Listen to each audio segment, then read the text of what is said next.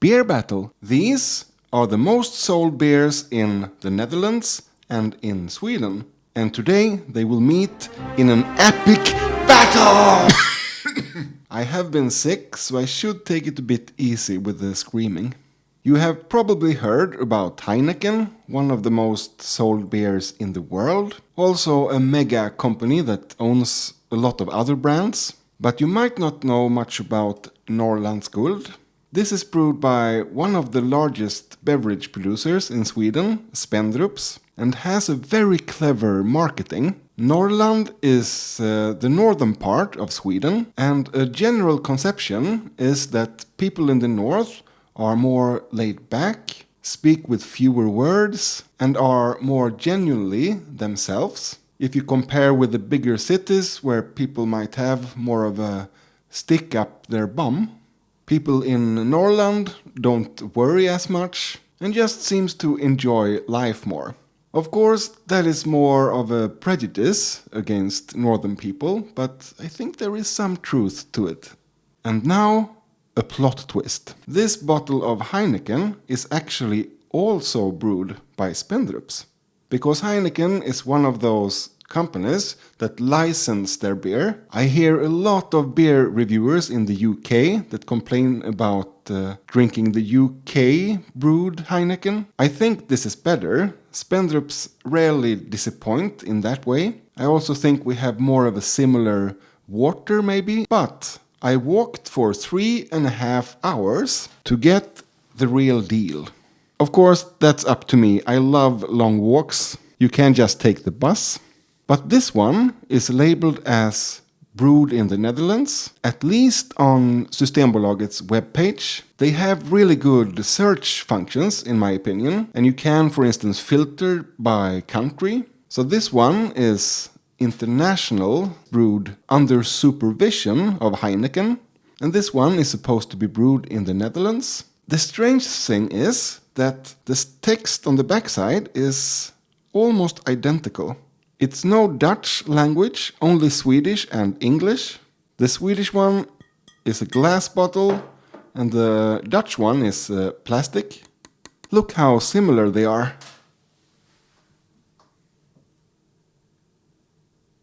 So I thought, let's first make a quick test and see if there is any difference in the taste between these two. Let's put a Swedish flag on this side so we don't mix them up. Spendrups brewed Heineken. I often hear people say Heineken smells skunked, and I'm not sure if that's what I've heard with these green glass bottles, that the hops can be destroyed by light and start to skunk.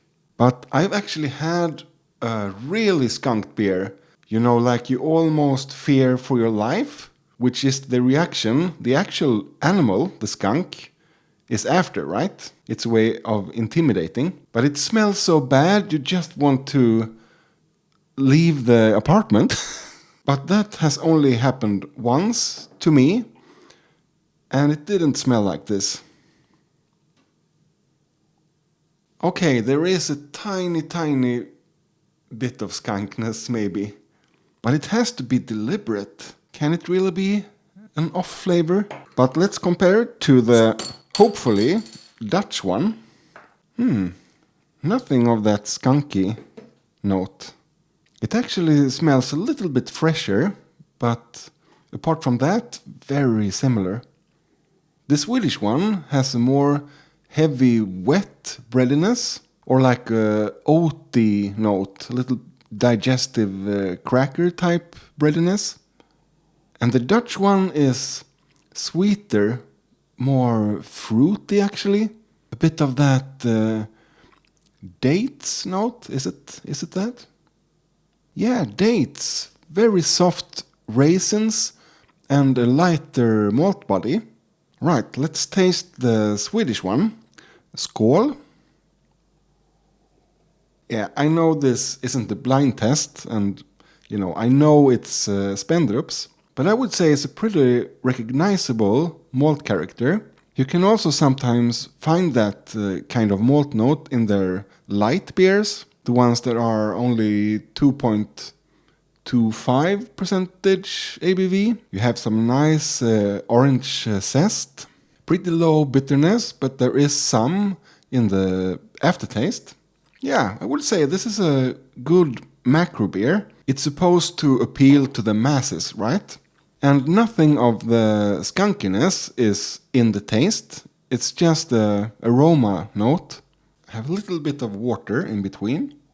And also do a bit of this for your singing voice. It's an old trick.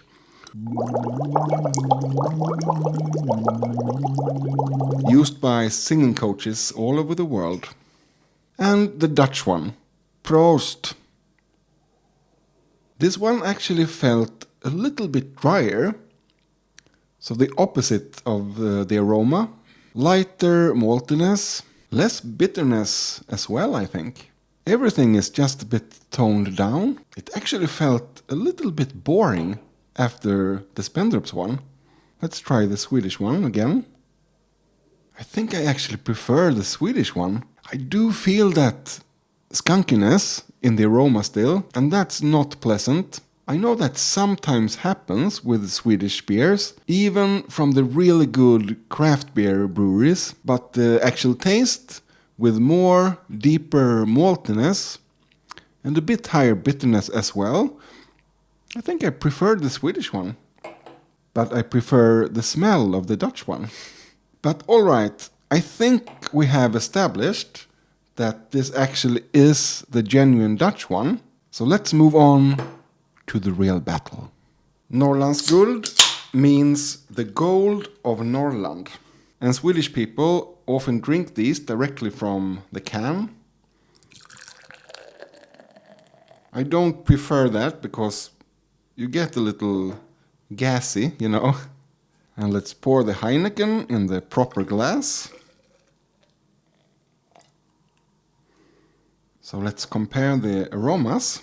Can I smell something through this foam? Metallic. It's not the can, okay? That is, I think, a myth. The cans don't release any metallic flavors. Maybe when cans were brand new, but not anymore.